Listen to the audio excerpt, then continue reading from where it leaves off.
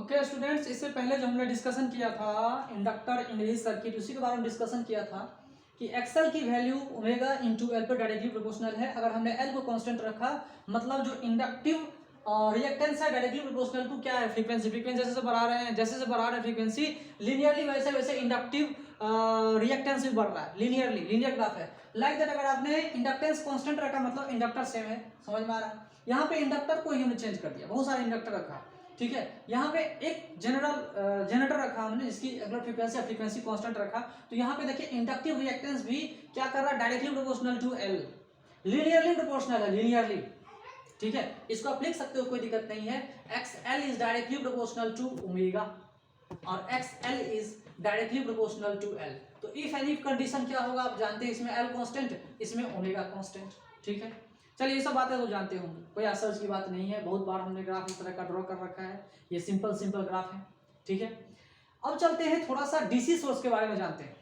DC source के लिए omega कितनी है? अरे डीसी सोर्स की ओमेगा कितनी है? जीरो होती है, यूनिट डायरेक्शनल करंट होता है, इसलिए जीरो हमने लिखा। Omega is equal to zero, XL का मतलब जीरो। इंडक्टिव रिएक्टेंस कितना है? जीरो। इन स्टेडी स्टेट अगर ट्रांजिएंट इफेक्ट को छोड़ दें, कुछ देर के इफेक्ट को छोड़ दें, चार्जिंग ऑफ इंडक्टर को छोड़ दें, या मैग्नेटिक एनर्जी स्टोर इंडक्टर को छोड़ दें, उसके बाद स्टेडी स्टेट की बात करें तो स्टेडी स्टेट के लिए ये डीसी सोर्स क्या काम करता है? तब इंडक्टर क्या बन जाता है? शॉर्ट सर्किटेड हो जाता है। यहाँ देखिए, ये मान लीजिए हमने इंडक्टर रखा और इसके अगेंस्ट में हमने क्या रखा, एक डीसी सोर्स रख दिया, ठीक है। जब स्टेडी स्टेट आएगी तो इसके अंदर पूरा मैग्नेटिक एनर्जी स्टोर हो गई है, और स्टेडी स्टेट का मतलब आप जानते ही हैं क्या होता है, मैग्नेटिक एनर्जी पूरा स्टोर हो गई है, अब ये कुछ भी स्टोर करने नहीं दे रहा है। जब नहीं करने दे रहा मतलब इन दोनों की ईएमएफ, इन दोनों की ईएमएफ क्या हो गई, सेम हो गई है। सेम होने की वजह से अब करंट तो ये देना नहीं छोड़ेगा, करंट तो देगा, ठीक है। अब ये करंट देगा लेकिन ये कांस्टेंट करंट आएगा। अब ये क्या होगा, कांस्टेंट करंट फ्लो करना शुरू करेगा। अब ये शॉर्ट सर्किटेड हो गया। शॉर्ट सर्किट का मतलब क्या होता है वो समझिए। अब ये इंडक्टर नहीं रहा, इंडक्टर तो है, मैं मान रहा हूं इंडक्टर है, लेकिन अब इसके अंदर जो है इंड्यूस्ड ईएमएफ कुछ है ही नहीं। इंड्यूस्ड ईएमएफ का मतलब क्या, L D I by D T, और L D I by D T तो इक्वल टू जीरो है, तो क्योंकि करंट ही कुछ नहीं चेंज हो जा रहा है। स्टेडी स्टेट में जब ये पूरा इसके अंदर मैग्नेटिक एनर्जी स्टोर हो गई है तो I is equal to constant. अगर आई कॉन्स्टेंट है तो D I by D T क्या, जीरो। अगर ये जीरो तो इसके अंदर कुछ भी क्या होगा, पोटेंशियल डिफरेंस है ही नहीं। अगर इसके अंदर पोटेंशियल डिफरेंस कुछ भी नहीं है, अगर कुछ भी नहीं है, ठीक है, अगर कुछ भी नहीं है तो इन दोनों के अक्रॉस पोटेंशियल डिफरेंस होगी, इन दोनों पोटेंशियल डिफरेंस अक्रॉस होगी, ठीक है। तो इन दोनों के अक्रॉस पोटेंशियल डिफरेंस को हम लोग उतना नहीं सोचेंगे, बस इतना सोचेंगे कि ये कनेक्टिंग वायर है। अब ये कनेक्टिंग वायर हो गया, अब इसको हटा करके ऐसा भी समझ सकते हो कि ये एक कनेक्टिंग वायर हो गया, इसको भी हटा सकते हो, कोई दिक्कत नहीं। सिंपली समझना है कि कनेक्टिंग वायर हो गया, समझना है, एक्चुअली ऐसा होता नहीं, समझना है। तो जब इसको बनाओगे ऐसा तो इसको बोलते हैं शॉर्ट सर्किट। इसको क्या बोलते हैं, शॉर्ट सर्किट।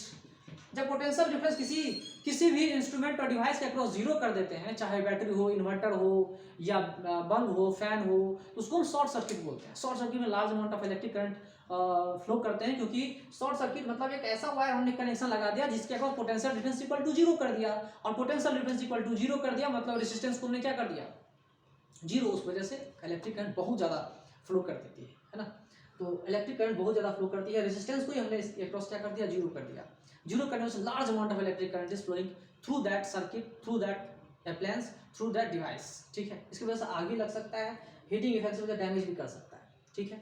अब चलिए inductive reactance XL is equal to omega into L. यहाँ देखिए तो इसका यूनिट देखते हैं क्या है, रेडियन पर सेकेंड। ओमेगा का यूनिट क्या है भाई, रेडियन पर सेकेंड, और इंडक्टर का हेनरी, रेडियन पर सेकेंड, और इंडक्टर का ओम सेकेंड है। सेकेंड कैंसिल हो गया, रेडियन को छोड़ दो तो क्या बन गया, ओम।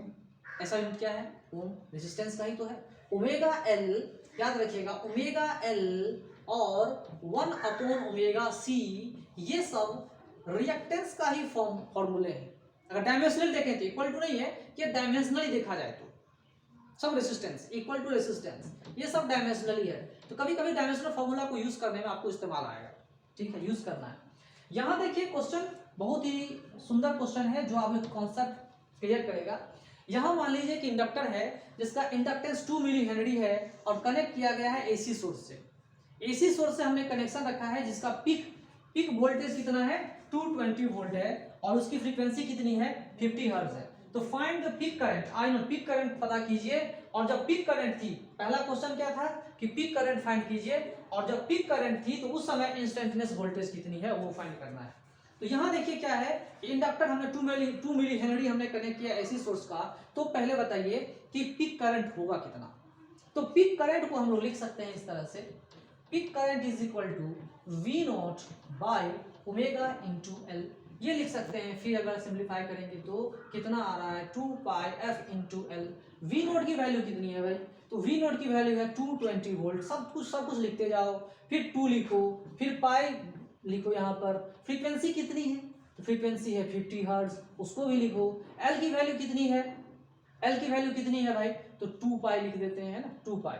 तो 2 पाई यहाँ पे हम लिख देते हैं। तो कितना आंसर आएगा मुझे बताओ, जो भी आंसर आएगा वो एम्पेयर में आ जाएगा है ना।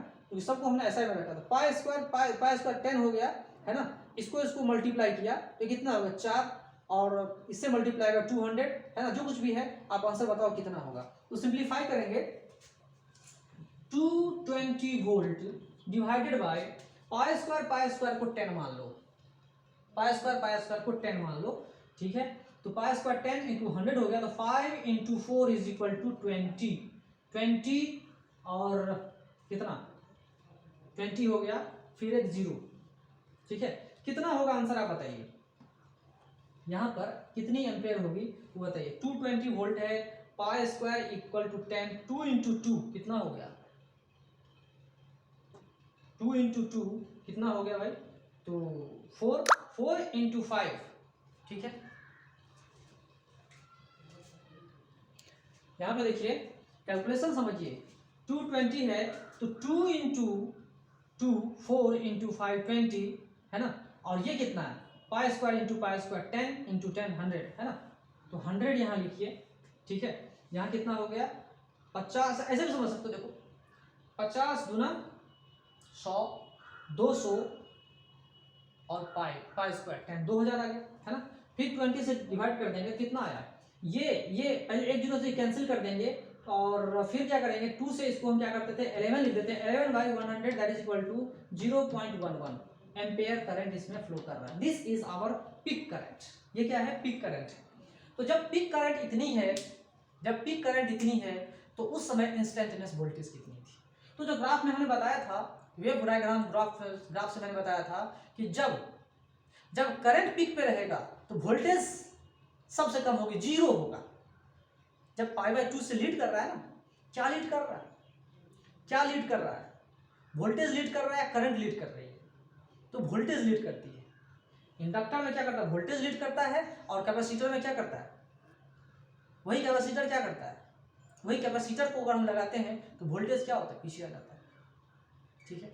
चलिए, तो यहाँ पे मैंने आपको बताया कि कैपेसिटर में इसी टाइप का क्वेश्चन अगर पूछे कि एक चीज की जब पीक वैल्यू होगी दूसरी की वैल्यू कितनी होगी, तो मैंने ग्राफ से आपको बता दिया कि 0 वैल्यू आती है उसका, वो ग्राफ से भी देख के आप बता सकते हैं, कोई बहुत बड़ी बात नहीं है। तो क्वेश्चन को चेंज कर देते हैं, ये मैंने आपके लिए होमवर्क लगा के रखा हुआ है। ये 210 वोल्टेज एक क्वेश्चन ले लोगे, फिर दूसरा क्वेश्चन ले लोगे 200 वोल्टेज 200, इसका 400 वोल्टेज, इस तरह से 3 क्वेश्चंस को बनाओ और प्रैक्टिस में रहो, तो आपका जो रास्ता है पढ़ने का वो साफ हो जाएगा, अच्छा रहेगा, है ना।